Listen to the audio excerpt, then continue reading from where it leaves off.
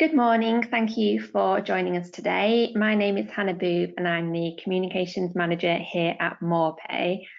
It's my pleasure to introduce to you the topic for this session, which is flexible working and the right to request. Some of you may be aware that this week is actually National Work Life Week. It's Working Families' annual campaign to get both employers and employees talking about well-being at work and also work-life balance. So we thought it would be the perfect week to give you an overview of flexible working, especially since it's potentially becoming a day one right. So a couple of housekeeping points before we do begin. You'll have noticed that your microphone is on mute. We do want to hear from you, especially during the live Q&A session at the end of the webinar, so you can drop your questions into the question panel as shown here. We have got over 700 people registered for the webinar this morning, so I imagine we will have lots of questions, but our expert Linda will do her best to answer as many questions as she can. Another note, if you're facing technical difficulties, don't worry too much. We will be sending you all a recording and copy of the slides. However, if you are facing technical difficulties, please do flag it in the question panel, because if we do receive lots of people saying that they're having problems, we'll know it's an issue at our end and we can have a look and try and fix it. So in terms of the agenda for this morning, we'll start off with an overview of flexible working before moving on to the pros and cons. Linda will then delve into it a little deeper in terms of how you should go about managing flexible working requests and also reasons for refusal. We'll then go through how to implement flexible working practices, and finally Linda will run through some relevant case law before we move into the Q&A session. Before I do hand over to Linda, I'm conscious that we will have people on the webinar that aren't familiar with MorePay, so I'll give you a very brief introduction. MorePay provide payroll software and HR software, as well as managed payroll and HR services, and we do this for more than 10,000 customers across the UK. Our promise is to make payroll and HR easy, and we do that by focusing on 4 key things that you can see here: simple onboarding, easy to use software, rich functionality, and flexible services. And these are delivered by our in-house team of payroll and HR experts. Before I hand over to Linda, I'll just introduce her.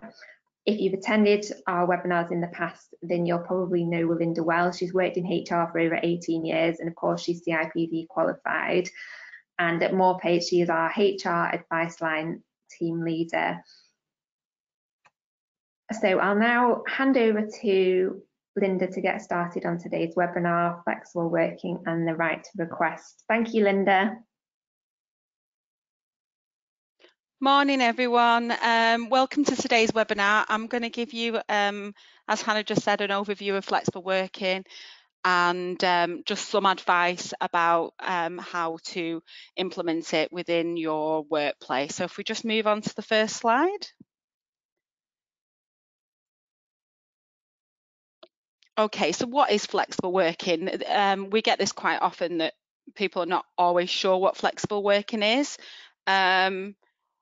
And, you know, it is typically a way of working that suits an employee's needs, you know, such as maybe having flexible start and finish times, and maybe working from home like a lot of us are doing at the moment, including me. I'm at home today.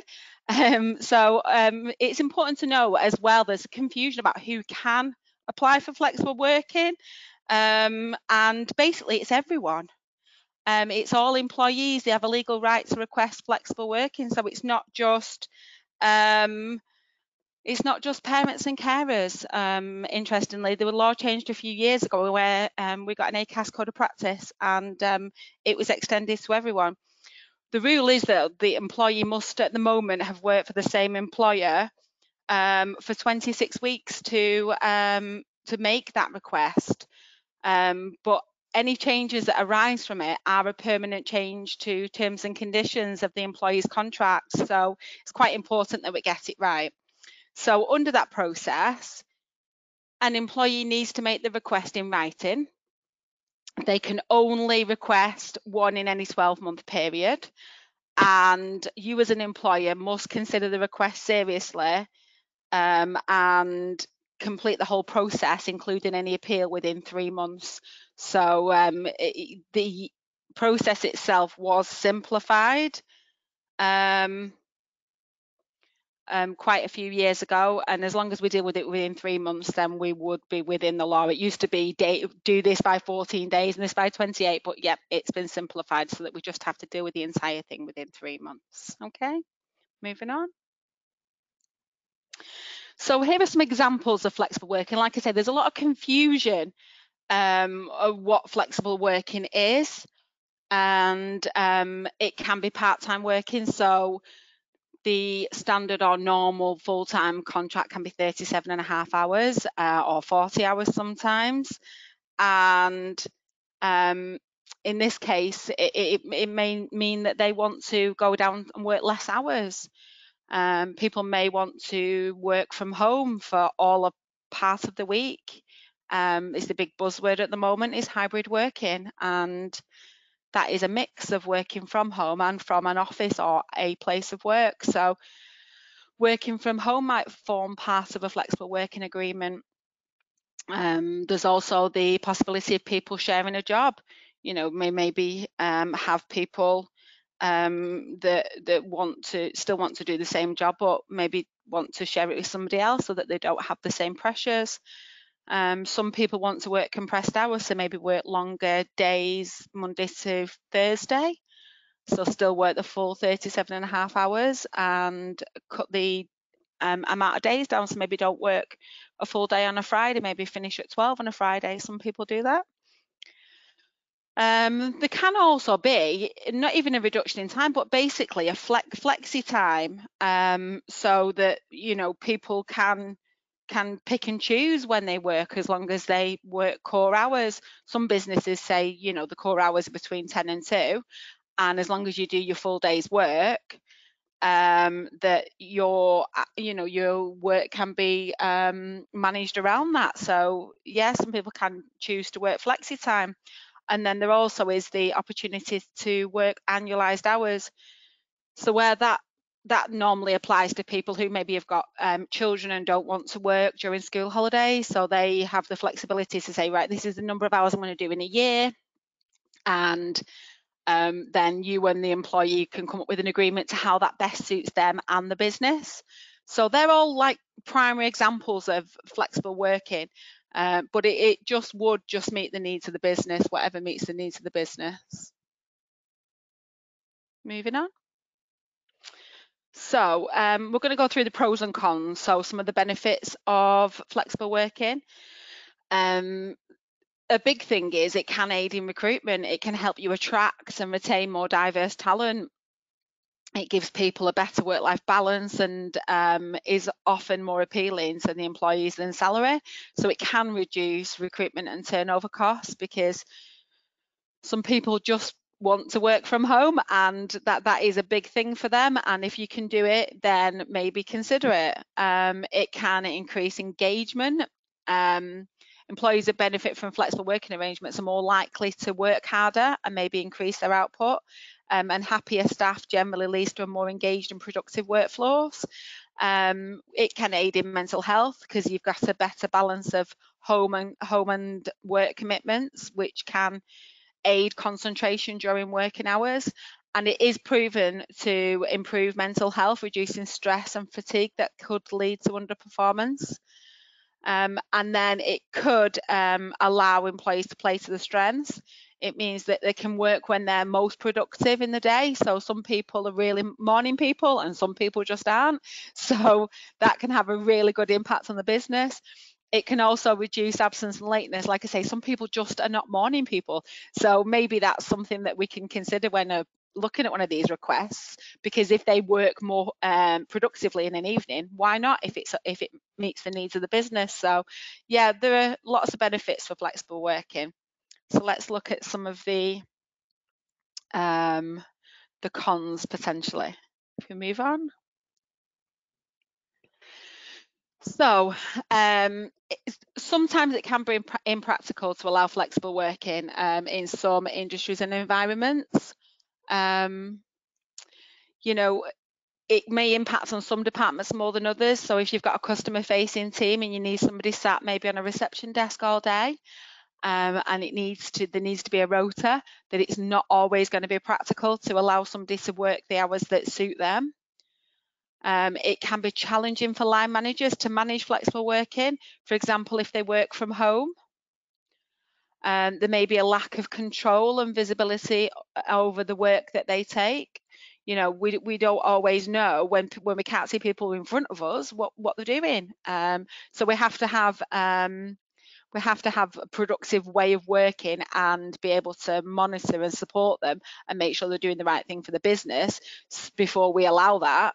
There is also a possibility of discrimination. Maybe we reject one person's flexible working request and not the other. And there may be an element that they think, well, you're only doing this to me because of this protected characteristic. So we will need to make appropriate decisions on any flexible working requests that we can back up with evidence. And we'll get onto that a bit later. But another thing that we can consider is like team cohesion.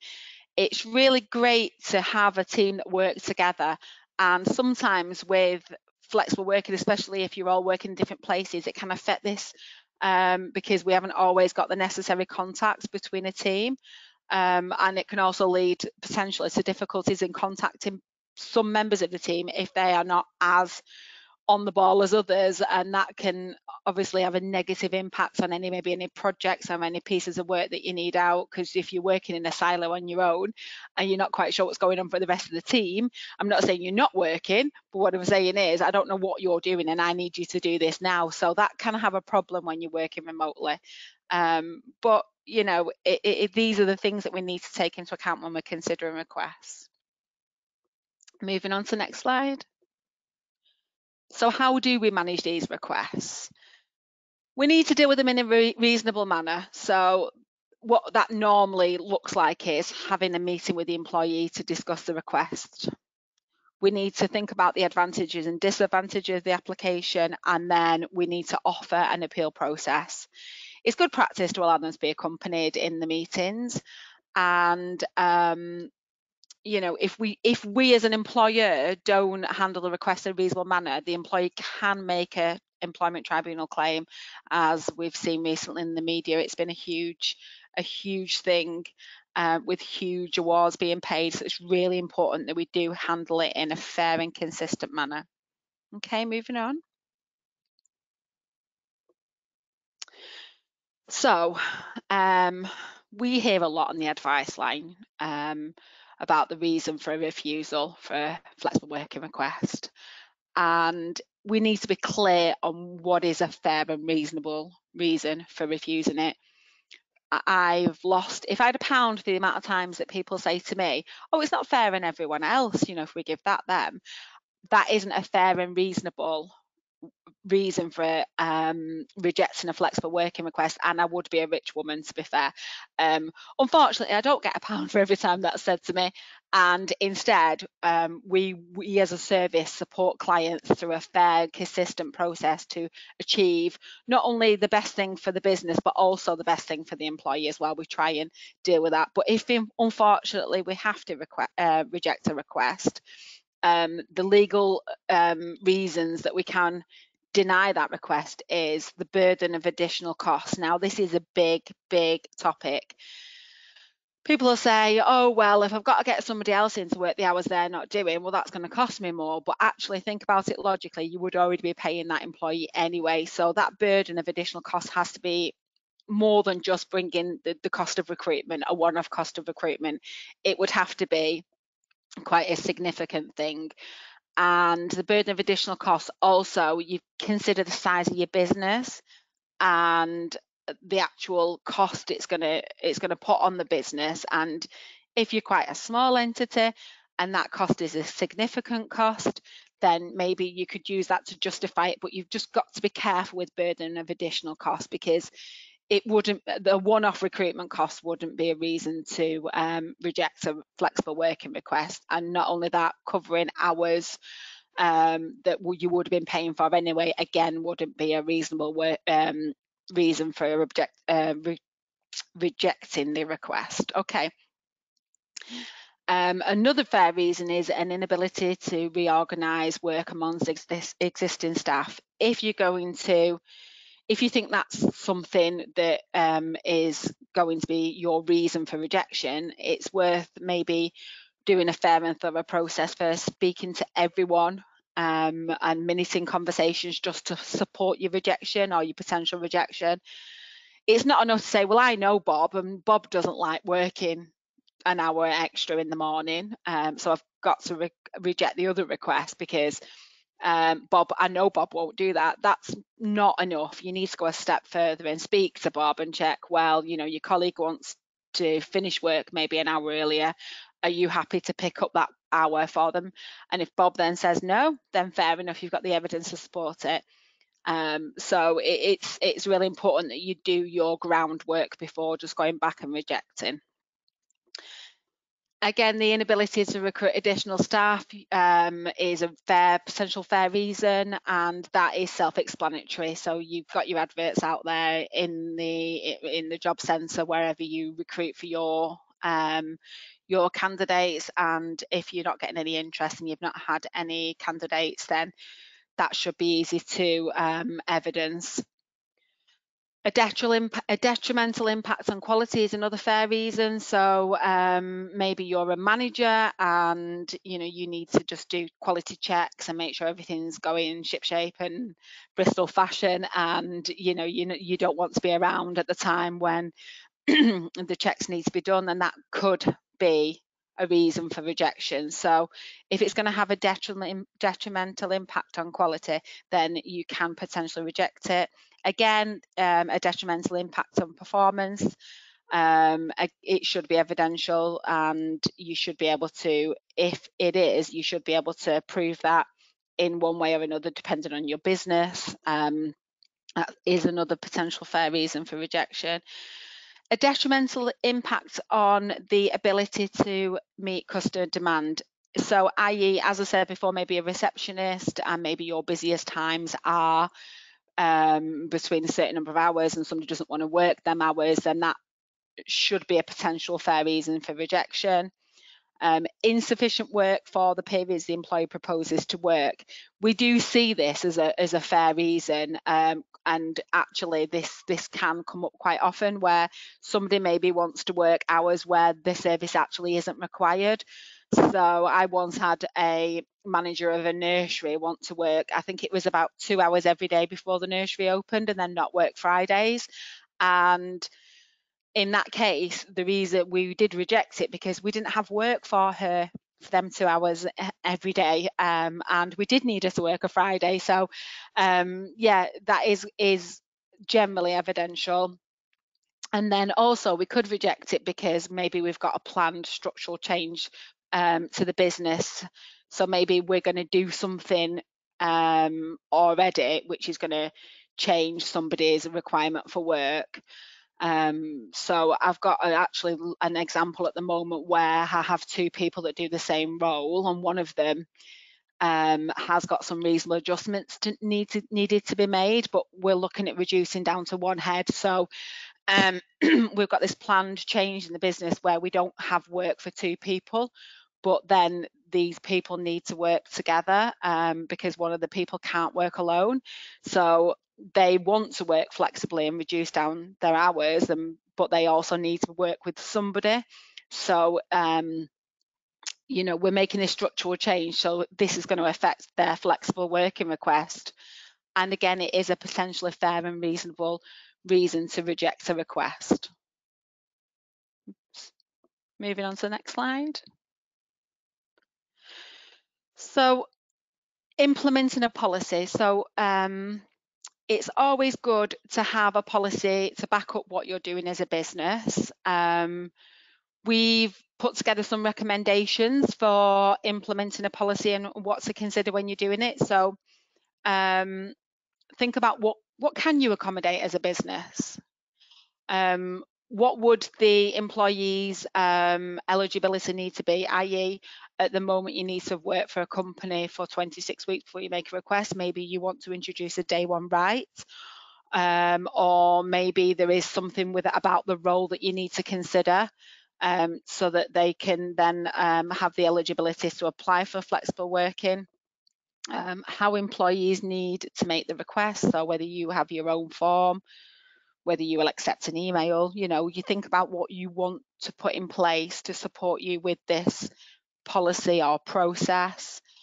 Consider how you will respond to the request and within what time frame. So we've talked about the fact that these requests have to be dealt with within 3 months, but maybe you want to put a different timescale on that as a business. Maybe you want to have instructions for your managers to enable them to go through the processes step by step. So maybe you want them to have dealt with the first part of the request within a month, and then maybe you then want to give them another month for the appeal.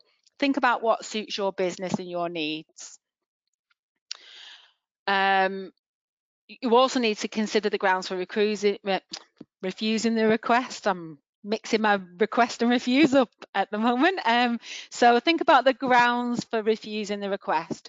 So I know we've given you the legal terms on the previous slide, but you would also need to think about how that applies to you and your business, and give your managers maybe some support and your employees some support to say, we may refuse this request because, and think about how that fits in with your business, just to make it all make sense to the staff and the managers.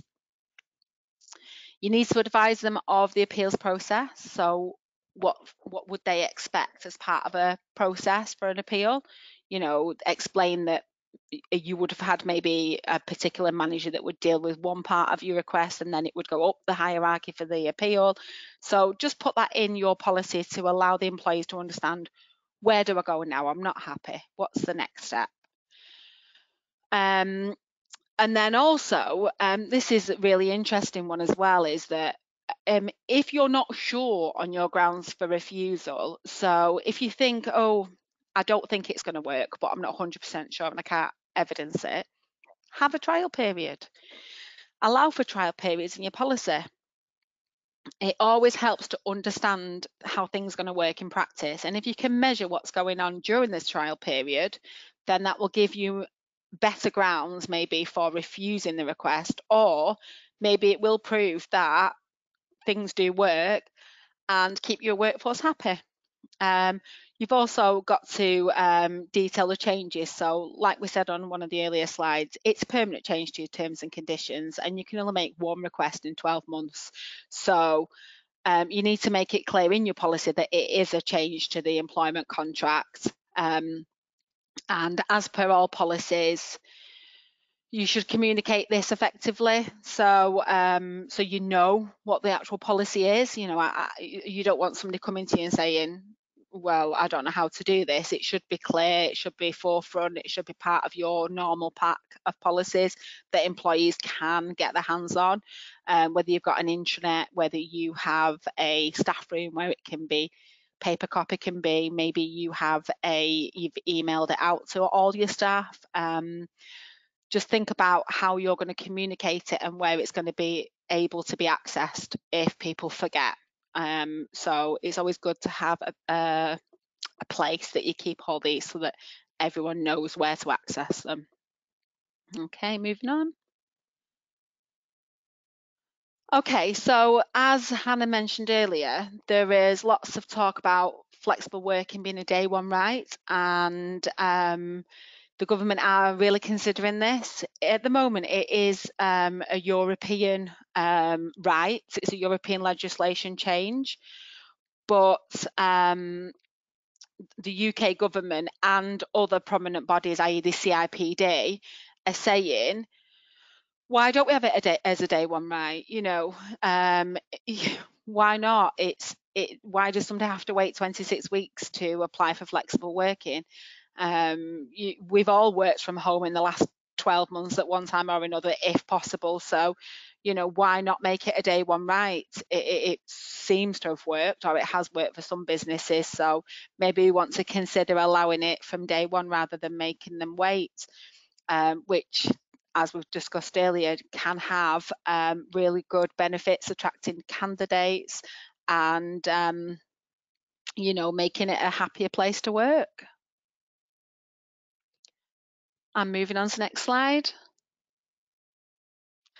So this again is another buzzword that I think has come up a lot during the last 12, 18 months, because lots of us, not all of us, lots of us have worked from home, and our working hours have probably been lengthened over the last 18 months or so, because we don't always turn off at our normal finish time and leave the office and have that commute home, where we actually have that break from work.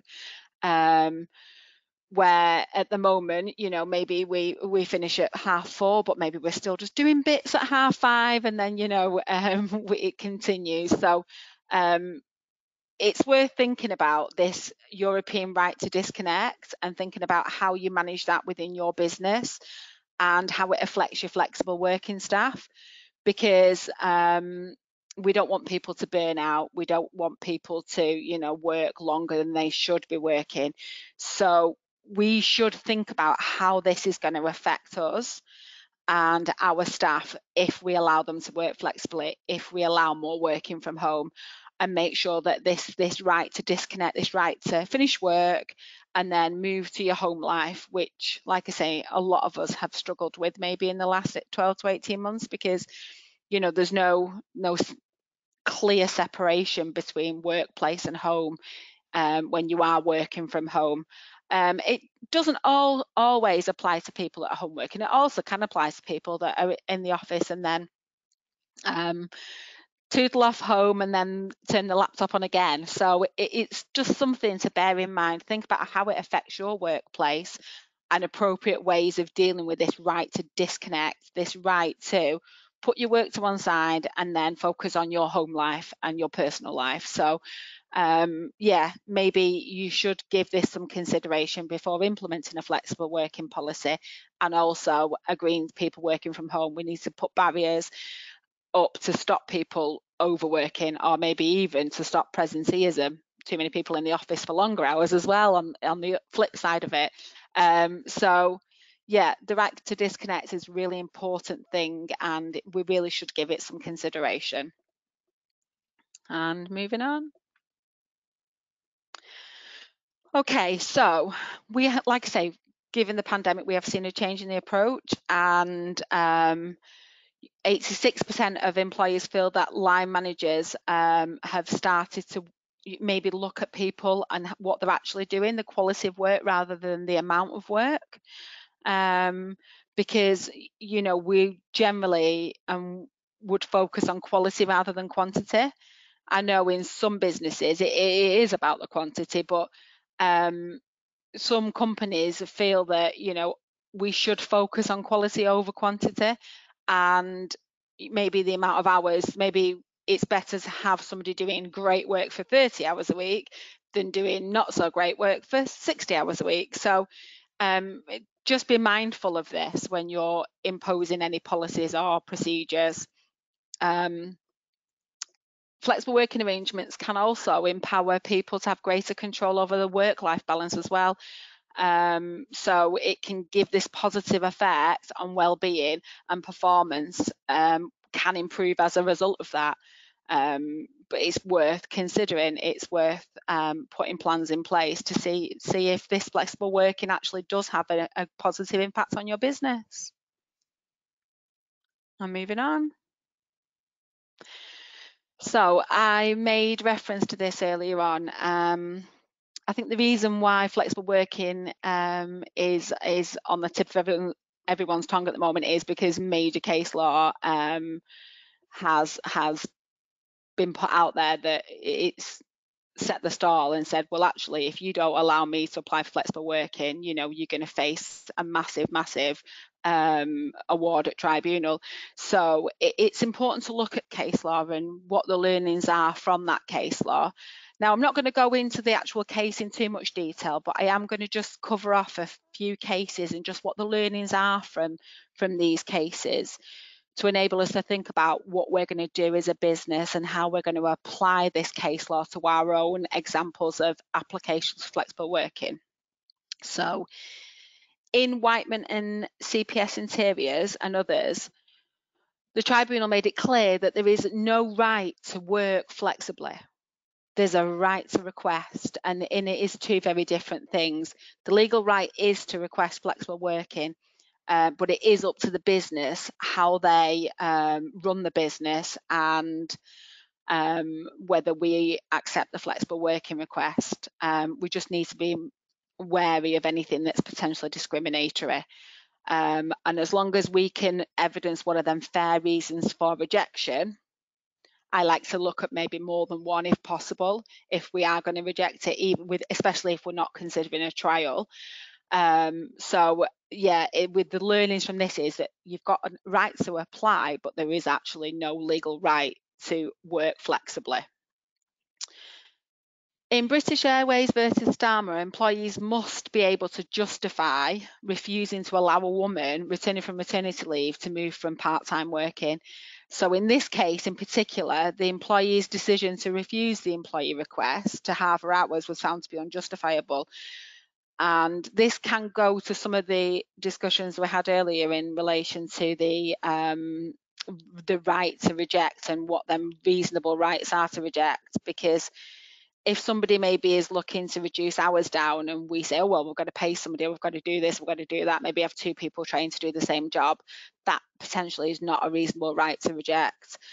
And if somebody's coming back from maternity leave, we should consider this especially fair and reasonably, given we've got that extra protection in law with the Equality Act. Okay, in Smith versus Gleacher Shadlock LLP, the employee rejected Miss Smith's request for a number of reasons, including the impact it would have on the firm's ability to look after its clients and the disproportionate pressure it would put on others in a small team. And her claim was rejected because the tribunal considered it did not have the power to interfere with an employer's business judgment. Her claim of indirect sex discrimination was also rejected, seen as her role and the circumstances didn't place her at a disadvantage. So this, on the converse, on the other side of the coin, is that they took the employer's perspective into account when they were assessing this case, and actually it was found that, you know, that was their opinion and they clearly had backup to support that opinion, and therefore, you know, her application was rejected, which can be reasonable at times. And moving on to the next couple of cases. Okay, so King versus Tesco Scores. So there are learnings from this case, which is be familiar with the internal policies, and given Tesco's quite a big organisation, it would be assumed there are policies. Smaller companies, I would say, is have a policy, you know. So employee can be asked for a copy of the flexible working, but insisting non-provided one can be seen as reasonable. Instead, arrange a meeting with them and clarify the details. So I think, you know, I think that's a typo. I think it should be the employer can be asked, sorry, I apologise for the typo in the presentation. The employer can be asked for a copy of the policy, but it should be available, you know, like I say, have it where people can access it. But, you know, what you do is people demanding a policy, just invite them into a meeting, see what they want. A flexible working meeting doesn't necessarily have to be held, but it can be held. And the learnings from this is saying that, you know, the meeting should be held and an outcome should not be predetermined. So be open to the suggestions the employee has. An appeal should always be offered where the request is declined, even if the employee appears to be content with the decision, and the process should be completed within 3 months. So I think these are all just normally in line with the policy. There's nothing particularly groundbreaking here, apart from the fact that we can agree to extend the 3 months. It doesn't always have to be within the 3 months if both parties agree to it. So yeah, it's interesting that as long as you've got agreement, then that is fair and reasonable. And then our final case we're going to cover, which is the one that we're all aware of at the moment, I think it was all over the TV for a few weeks, is the high profile case of the estate agent who won a sex discrimination claim against her employer, which teaches us that we have to take these seriously. She had a maternity leave, she had a child, She wanted to pick a daughter up from nursery and therefore wanted flexible working, and it was rejected. The company said they couldn't afford for her to work part-time and then couldn't reorganise work with an existing staff. And basically she won a lot of money because of indirect sex discrimination. So yeah, it's really important that we get these right and we take appropriate advice and we take every application seriously. Moving on.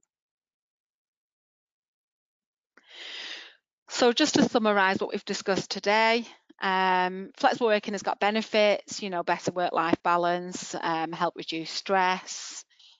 In business benefits, it can aid recruitment, retention and diversity. It can also help reduce absenteeism and presenteeism and absence and recruitment costs. But it also may not be practical in some work environments. And flexible working is something that employees need to take more seriously going forward.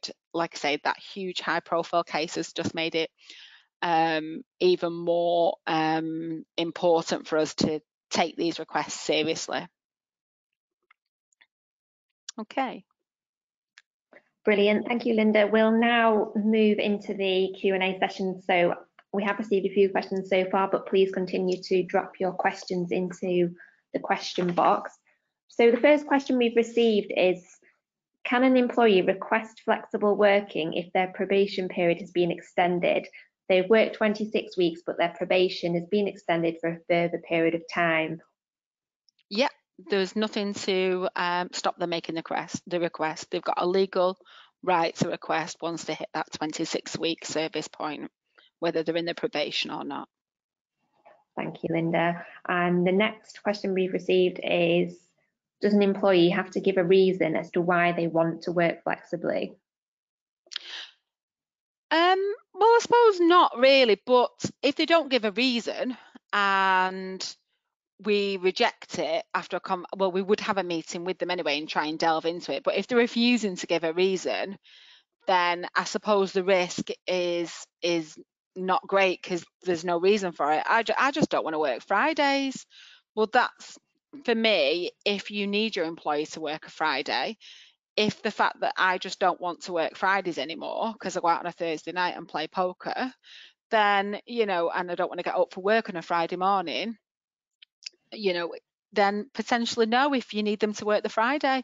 But it helps their case if they tell you why they want it, because then that enables you to make a balanced decision based on facts rather than either no reason or very little reason given. So do they technically have to? I suppose not, but is it reasonable for them to do? Yes. And I would always meet with them and try and get to the bottom of what's going on anyway, even if they don't put a reason in their application. Great, thank you, Linda. Right, next question. Do you need to consult with employees before moving to a hybrid working model?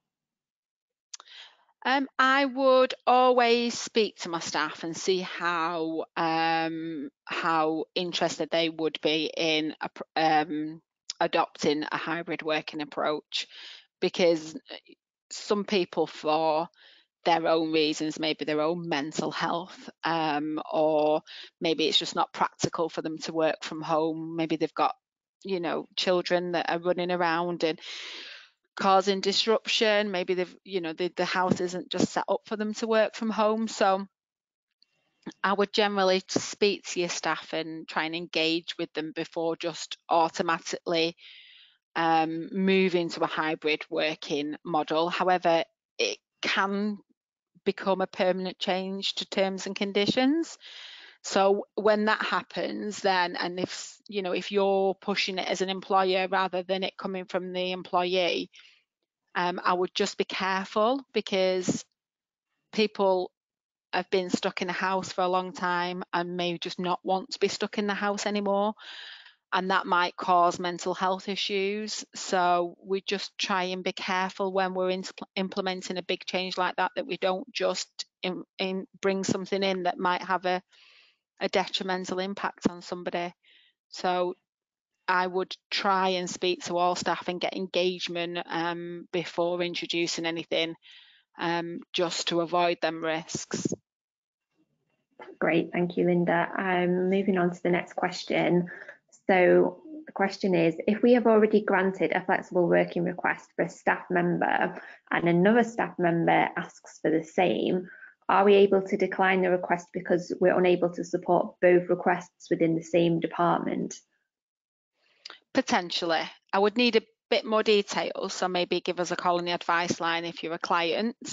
But if you've got, again, I'll use a receptionist because it's quite an easy example to refer to. So say you've got a reception that needs to be manned, maybe there's a security button on the door, and you've got one person already working, not starting until 10 a.m. And you need somebody there from 8 a.m. and therefore maybe you've got two people that work it between them, and you've already accommodated one, and then the other one wants the same, which then would lead no one to answer the door. Then you could reject it. So it does depend on the finer detail, but the answer is potentially. Thank you, Linda. The next question is, can employees appeal your decision? Yes, employees have a right of appeal as per the flexible working has now become an ACAS code of practice. It's on the ACAS website, and they do have a right of appeal if you're declining the request. Thank you. Moving on to the next question. Once a flexible working request has been agreed, can an employee revert back to their previous working arrangement? Again, it depends on the finer detail. If you had doubts in the beginning, that's where a trial period would be appropriate, because then you can put rules in place to say, look, we're going to trial this and we're going to start now, we're going to trial it and see how it works before we implement it permanently. If you, on the face of it, thought it was a great idea and you've implemented it and it's just not working out, then you're then going to have to undertake a consultation, because it's a permanent change to terms and conditions. So you're going to have to undertake a consultation process before issuing potential notice of any changes, and you would have to have a good reason for that. And what you would do is, it would be a standard contract variation. Like I say, if you've got a really good reason and it's clearly not working out and you want to make that permanent change to that person's terms and conditions, then you consult through a formal consultation process. Ideally, the employee will agree to going back to working what they were working. If they don't, you may have to go through this process where we have to dismiss and re-engage. So what we do is consult, we'd issue a letter issuing notice on the current contract. However, at the end of that notice period, the new contract would automatically start reverting back to their previous terms and conditions of employment. Now, that's not a place where everyone wants to be in, and I think there's lots of stuff in the media where they're trying to get the government to stop companies being able to do this. But as it stands, SOSR, which is what the dismissal would be for, is a potentially fair reason for dismissal. So this is the approach an employer would have to take if that's what they wanted to do. But even though it sounds simple, it can be tricky and we can face many pitfalls. So again, take advice before doing it. Thank you, Linda. The next question is, if an employee has asked to finish work early for childcare arrangements and agrees to make up their hours on another day, is this a flexible working request? Potentially, I suppose if it's been something that's in place, it's not a flexible working request as such. No, actually, sorry, just to take you back to the question, it's not a flexible working request as such, although it would evidence that you're being fair and reasonable and supporting your employee with their childcare obligations. So if you've just said informally that yes, on a Wednesday you can go early, but there's nothing written in the contract, then maybe they would have the option to formally apply for some other form of flexible working, because in the absence of anything written down, they've not actually technically made a request. So I think if somebody approaches you and says, I want to go early every Wednesday to pick little and up from nursery, is that okay? I would put it in writing and maybe formalise it and make it clear that you've agreed a flexible working and this is what you're going to do. It may impact holidays and pay anyway, or if they're going to make the time up, just make it clear that that's expected to be made up over X days, and it just avoids confusion and makes it clear, sets expectations, and helps you manage your workforce, because you now know what to expect, rather than dealing with things informally and then somebody coming back next week and saying, well, actually, I want this now. And then the week after saying, actually, I want this now. You know, they've got to think about what they want and how you can manage it as well as a business. So is a verbal request a flexible working request? It depends what action you take after that verbal request, and how you present that to the staff, and how you make it clear that we've allowed this, but it's your 1 in 12, your one opportunity in 12 months, therefore you can't do it again. So depends what you want to do as a business, but potentially, depending on what you've done, in writing afterwards, I suppose. Thank you, Linda. We've just got time for a few more questions. We've received one saying that they've received a flexible working request based on seasonal flu and anxiety over getting on the bus, but previously performance has suffered when they've worked from home. Would this be a valid reason for rejection? Potentially, I would say, and I would probably sit down with the employee in this case and speak to them about their concerns, maybe talk to them about an alternative way to get to the office if that's possible, maybe adjusting their start and finish time so that they're not on the bus at times where the bus is full, maybe adjust their working times. There are things you can do to help them. It's a bit of a funny question, this, because it isn't necessarily your standard flexible working where I want to make a permanent change to my terms and conditions of employment. This is more about, I think, concerns given the pandemic and people getting ill and the anxiety that might bring. So maybe you, rather than think about it as a flexible working request, you think about it as maybe making reasonable adjustments to keep somebody in the workplace because of this anxiety that could potentially be a disability. I think you would need to consider it and try and overcome any barriers and support your employee if you can. And if you can, then we'd encourage your member of staff to come back to work. But you, in the current within the current environment we're all living in, lots of people have concerns about being ill and contracting COVID. So just be mindful that you might cause yourself an issue from a tribunal perspective if you just reject it. That's really useful. Thank you, Linda. Another question we received is, we have agreed that an employee returning from maternity leave can reduce their hours.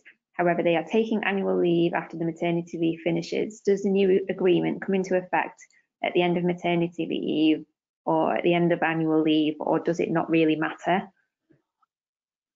So I would say that you are in charge of this as an employer. So they've asked to reduce their hours, and my advice would always be that you would allow them to reduce their hours once they've taken their accrued holidays that they accrued while they're off on maternity leave. Because if they accrued them holidays at 5 days a week and they're going down to 2 days a week, they're going to have a lot of holidays to take before they're able to return to work. And, you know, so you're not going to be seeing them for a long time. So I would personally allow them to take any holidays that they've accrued at their full-time equivalents or whatever they did prior to going off on maternity leave before returning, and then reduce their hours down with agreement from the staff from the point where that accrued holiday has been taken. So we may be beyond that point now, but what I normally advise, if you spoke to us on the advice line, is if somebody's going off on maternity leave knowing that they're going to want to go down or if they're already off and they speak to you about potentially reducing their hours down, you do at that point have a conversation about holidays and make sure that them accrued holidays are taken before coming back on any part-time basis, just to be clear, to make sure everyone understands what's going on.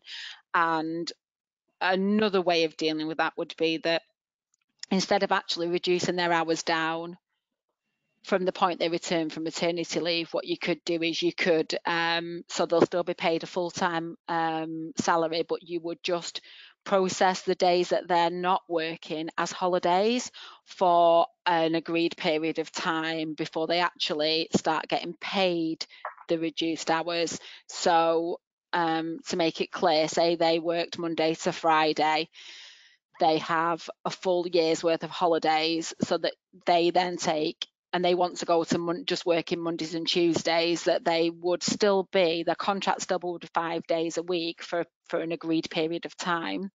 And they would work 2 days, take 3 days holiday, work 2 days, take 3 days holiday, until a time where all the accrued holidays been taken. And then at that point, they would then be paid the 2 days a week, and then any holidays accrued from that point onwards would be based on 2 days a week instead of the 5 days a week. I hope that makes sense. Thank you, Linda. We'll move on to our final question now. So the final question is, we've been going through the process with an employee and it looks like their request will be refused. So the employee has asked if he can withdraw the request. We've already met and reviewed. So would this still count as his one application within 12 months? Or if he asks to withdraw it, can he then put another request in? So you've not rejected it. It's not been rejected. Sorry, just to make it clear, it's not been rejected at this point in time. It's looking like it's going in the direction that it will be rejected. So I think the employee is thinking, rather than lose my one request for the 12 months, can I reject at this point and go in with another?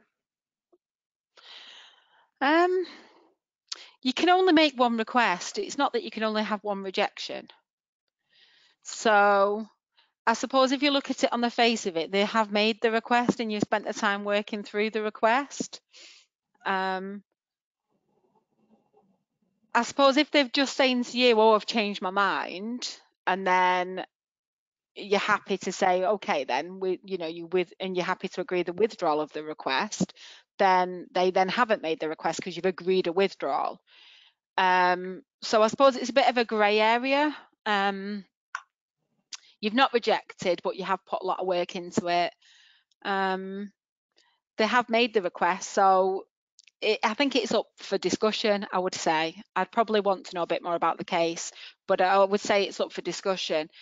But if the employee's wavering and thinking they want something different, why don't you just speak to them as part of the process and see what's going on, and what are you actually looking for? What do you actually want if it's not this? Is there something else you're looking for at this point in time? Because bear in mind, we have 3 months to deal with the application. And if just the terms of the application has changed, I suppose it would be reasonable for you as an employer to consider the potential changes, as you would do with an appeal process. So I would say it's a bit of a grey area and it could go either way, but potentially it could be considered the 1 in 12, I suppose. Brilliant. Thank you, Linda. We will close off the questions there. Thank you for everybody asking all those questions. We've had some really interesting ones come through this morning. I will, before we finish, just point you in the direction of our Knowledge Centre, which is easy to find in the menu on our website.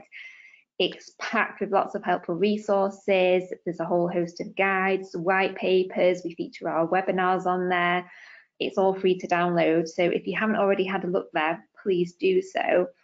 And just to remind everybody that I will be sending you all a recording of the webinar and also a copy of the slides. So thank you very much to Linda for hosting today. You've been fantastic as always. And I'll now close off the webinar. I hope you all enjoy the rest of your day and thank you.